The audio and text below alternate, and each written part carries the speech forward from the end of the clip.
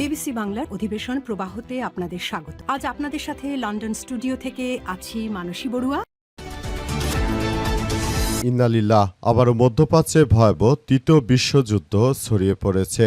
নতুন করে যুক্তরাষ্ট্র এবং ইরানের মধ্যে পাল্টাপাল্টি আক্রমণ চলছে, আর এরই মাঝে আমাদের হাতে এসে পৌঁছেছে যুদ্ধের সর্বশেষ গুরুত্বপূর্ণ সবথেকে তাজা আপডেট সংবাদ আপনাদের জানিয়ে দিব। প্রথমেই জানিয়ে দিব যেভাবে যুক্তরাষ্ট্রের কমান্ডো সেন্টার ধ্বংস করল ইরান। জর্ডানের প্রিন্স হাসান বিমানঘাটিতে অবস্থিত মার্কিন সামরিক স্থাপনায় একাধিক ব্যালিস্টিক ক্ষেপণাস্ত্র হামলা চালিয়েছে ইরান। এসব হামলায় মার্কিন বিমান ঘাঁটির কমান্ডো সেন্টার, অবকাঠামো এবং MQ-9 রিপার ড্রোনের হ্যাঙ্গার ধ্বংস হয়েছে বলে দাবি করেছে ইসলামী রেভলিউশনারি গার্ড কোর IRGC। এদিকে হরমুজে জ্বলছে জাহাজ, উদ্ধারকারী নৌকায় আশ্রয় নিল নাবিকরা। হরমুজ প্রণালীতে হামলার শিকার কন্টেইনার জাহাজের নাবিকেরা সেটি পরিত্যাগ করেছে। তারা জাহাজ থেকে নেমে একটি উদ্ধারকারী নৌকায় আশ্রয় নিয়েছে। যুক্তরাজ্যের মেরিটাইম ট্রেড অপারেশনস বা UKMTO এই তথ্য নিশ্চিত করেছে। জানাবো ইরানের 140 স্থাপনায় মার্কিন হামলা। সমঝোতা স্মারকে স্বাক্ষরের পর ইরানে তৃতীয় দফা হামলা চালিয়ে যাচ্ছে যুক্তরাষ্ট্র। আজ দিবাগত রাতে দেশটির 140টি স্থাপনায় হামলা চালায় যুক্তরাষ্ট্র। আজ কাতার ভিত্তিক সংবাদ মাধ্যম আল জাজিরার এক প্রতিবেদনে এই তথ্য জানানো হয়েছে। মার্কিন সামরিক বাহিনীর সেন্ট্রাল কমান্ড বা সেন্টকম জানিয়েছে যে হরমুজ প্রণালীতে সাইপ্রাসের পতাকাবাহী একটি জাহাজে সাম্প্রতিক হামলার জন্য ইরানি বাহিনীকে জবাবদিহির আওতায় আনতে তারা ইরানের উপর তৃতীয় দফা হামলা সম্পূর্ণ করেছে। এরপর জানাবো একযোগে মধ্যপ্রাচ্যে 6 দেশে মার্কিন ঘাঁটিতে ইরানের ব্যাপক হামলা। যুক্তরাষ্ট্রের হামলার প্রতিশোধ নিতে মধ্যপ্রাচ্যে মার্কিন ঘাঁটিগুলো লক্ষ্য করে ড্রোন ও ক্ষেপণাস্ত্র হামলা চালিয়ে যাচ্ছে ইরান। দেশটির ইসলামী রেভলিউশনারি গার্ড কোর IRGC জানিয়েছে তারা বাহরাইন, কুয়েত, জর্ডান, কাতার ও ওমানে একযোগে হামলা চালিয়েছে। সেই সঙ্গে ইরানি ক্ষেপণাস্ত্র ও ড্রোন হামলা প্রতিহতের দাবি করেছে সংযুক্ত আরব আমিরাত। এবং সর্বশেষ জানাবো কাতারের সাবেক আমির শেখ হামাদ বিন থানি আল আরনেই। কাতারের সাবেক আমির শেখ হামাদ বিন খলিফা আল থানি ইন্তেকাল করেছেন। তার বয়স হয়েছিল 74 বছর। দেশটির রাজকীয় দপ্তরের আমিরি দেওয়ান এক বিবৃতিতে এই মৃত্যুর তথ্য নিশ্চিত করেছে। বিবৃতিতে বলা হয়, আল্লাহর বিধান এবং তাকদিরের প্রতি অবিচল ঈমান রেখে আমিরি দেওয়ান গভীর শোকের সঙ্গে জাতির এই অপূরণীয় ক্ষতির সংবাদ জানাচ্ছে। মহান আল্লাহ তাআলা তার প্রতি রহম।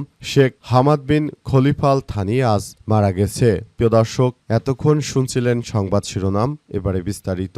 তবে তার আগে বন্ধুরা অনুরোধ থাকবে এই সংবাদটিতে একটি লাইক দিন।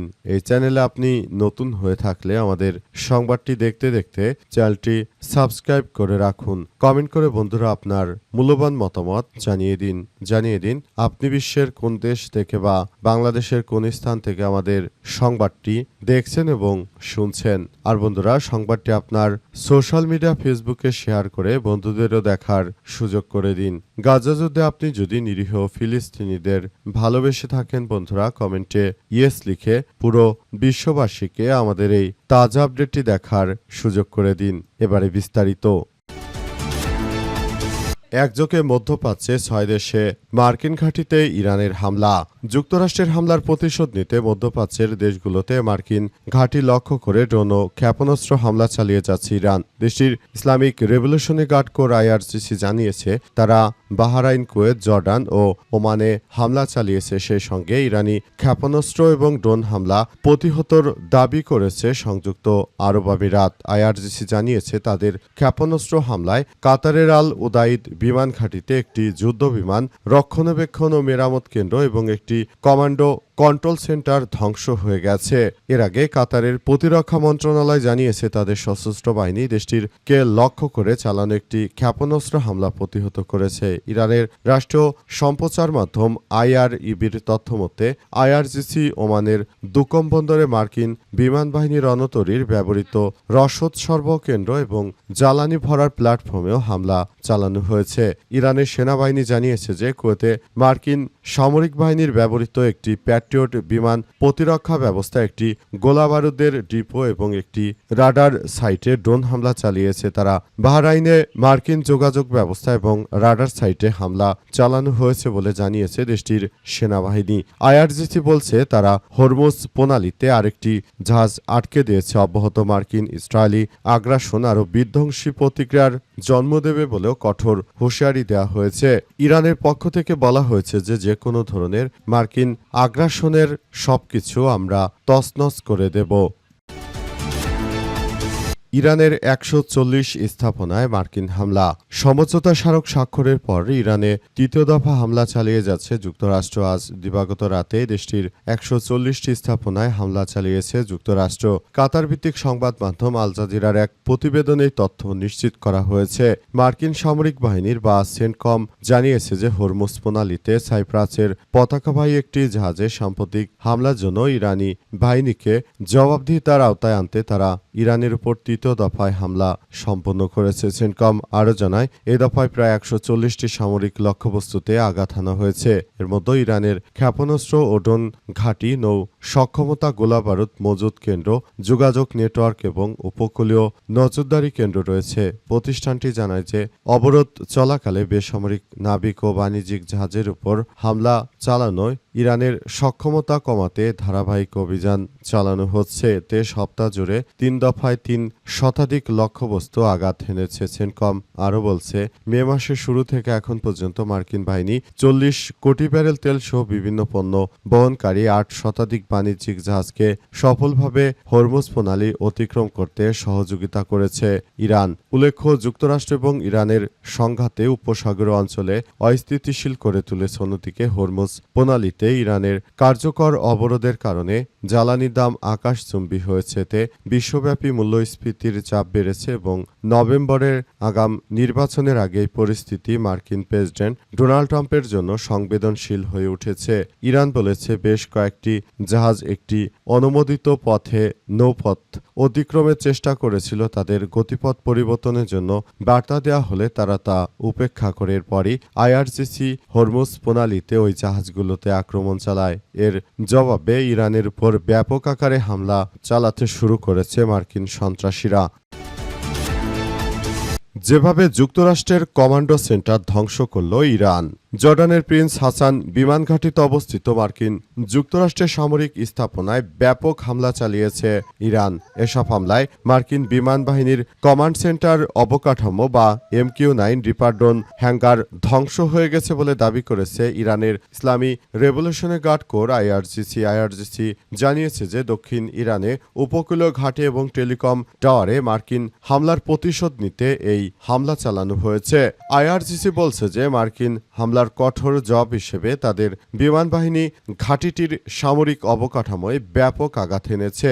এক বিবৃতিতে আইআরজিসি জানায় যে হরমুজ প্রণালীর দক্ষিণে অনুমোদনহীন পথ দিয়ে কয়েকটি জাহাজ পাঠানোর প্রচেষ্টা ইরানি বাহিনী রুখে দিয়েছে। এরপর মার্কিন বাহিনী দক্ষিণ ইরানের উপকূলীয় ঘাঁটি এবং টেলিযোগাযোগ টাওয়ারে বিমান হামলা চালায়। বিবৃতিতে আরও বলা হয়েছে যে মার্কিন বাহিনীর শাসন ব্যবস্থা ওমান সালতানাতের উপর নিজেদের ইচ্ছাকে চাপিয়ে দিয়ে গত রাতে এমন কিছু পরীক্ষা করার চেষ্টা করেছে যা ইতিমধ্যেই পরীক্ষিত। বিবৃতিতে সতর্ক করে বলা হয়েছে যে যুক্তরাষ্ট্রের আগ্রাসন অব্যাহত থাকলে কঠোর আরও জবাব আরও কঠোরভাবে দেয়া হবে বলে ইরানের পক্ষ থেকে নিশ্চিত করা হয়েছে। ইরান জানিয়েছে যে মার্কিন যুক্তরাষ্ট্রের যে কোনো আগ্রাসী নীতিকে তারা আসলে পুরোপুরি ধ্বংসস্তূপে পরিণত করবে। মার্কিন সন্ত্রাসীদের যে কোনো অপচেষ্টাকে রুখে দিতে ইরান বদ্ধপরিকর। ইরানের বিপ্লবী গার্ড বাহিনীর সদস্যরা যে কোনো মূল্যে মার্কিন এই যুক্তরাষ্ট্রের সন্ত্রাসী বাহিনীদের সবকিছু তছনছ করে দিতে তারা বদ্ধপরিকর এবং সেভাবেই তারা আক্রমণ অব্যাহত রেখেছে। হরমুজ প্রণালীতে জ্বলছে জাহাজ, উদ্ধারকারী নৌকায় আশ্রয় নিলেন নাবিকেরা।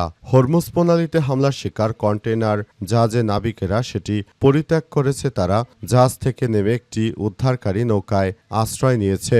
আজ যুক্তরাজ্যের মেরিটাইম ট্রেড অপারেশন বা UKMTO এই তথ্য নিশ্চিত করেছে। সংস্থাটি জানায় যে সামরিক কর্তৃপক্ষ এবং আক্রান্ত জাহাজে নিরাপত্তা কর্মকর্তার কাছ থেকে এই হালনাগাদ তথ্য পাওয়া গেছে। এর আগে যুক্তরাষ্ট্রের সেন্ট্রাল কমান্ড বা সেন্টকম জানিয়েছিল যে হরমুজ প্রণালী অতিক্রম করার সময় এমভি জিএফএস গ্যালাক্সি নামের সাইপ্রাসের পতাকাবাহী একটি কন্টেনার জাহাজে হামলা চালিয়েছে ইরানের বিপ্লবী গার্ড বাহিনী বা আইআরজিসি সদস্যরা। সেন্টকম আরও জানিয়েছে ওই হামলার পর জাহাজে আগুন ধরে যায় এবং ইঞ্জিন রুম মারাত্মকভাবে ক্ষতিগ্রস্ত হয়, ফলে জাহাজটি তার যাত্রা বজায় রাখতে পারেনি। এছাড়াও জাহাজে একজন বেসামরিক নাবিক সদস্য নিখোঁজ রয়েছে। বর্তমানে যে পাল্টাপাল্টে আক্রমণ শুরু হয়েছে তাতে মধ্যপ্রাচ্যে আবার নতুন করে উত্তপ্ত পরিস্থিতির সৃষ্টি হয়েছে।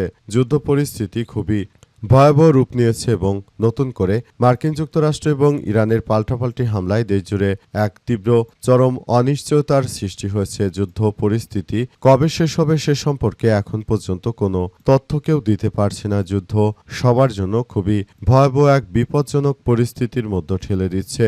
যুদ্ধ সবার জন্য খুবই মারাত্মক কিছু বয়ে নিয়ে আসছে বলে জানিয়েছে মার্কিন সেন্ট্রাল কমান্ড বা সেন্টকমের সদস্যরা। অবস্থায় যুদ্ধ পরিস্থিতি মোকাবেলা করার জন্য অতিরিক্ত সেনা মোতায়েন করা হচ্ছে মধ্যপ্রাচ্যে। আর পাকিস্তানের প্রধানমন্ত্রী শেহবাজ শরীফ তিনি জানিয়েছেন যে এই যুদ্ধ পরিস্থিতি মোকাবেলা করার জন্য দুই পক্ষকেই শান্ত অবস্থায় থাকতে হবে। যদি যুদ্ধ পরিস্থিতি এভাবে ধীরে ধীরে আরও খারাপের দিকে যায় তাহলে সেটি আমাদের সবার জন্য এক ভয়াবহ বিপর্যয়কর পরিস্থিতির সৃষ্টি করতে পারে। এই পরিস্থিতি সবার জন্য খুবই এক ভয়াবহ বিপজ্জনক পরিস্থিতির মধ্যে ঠেলে দিচ্ছে।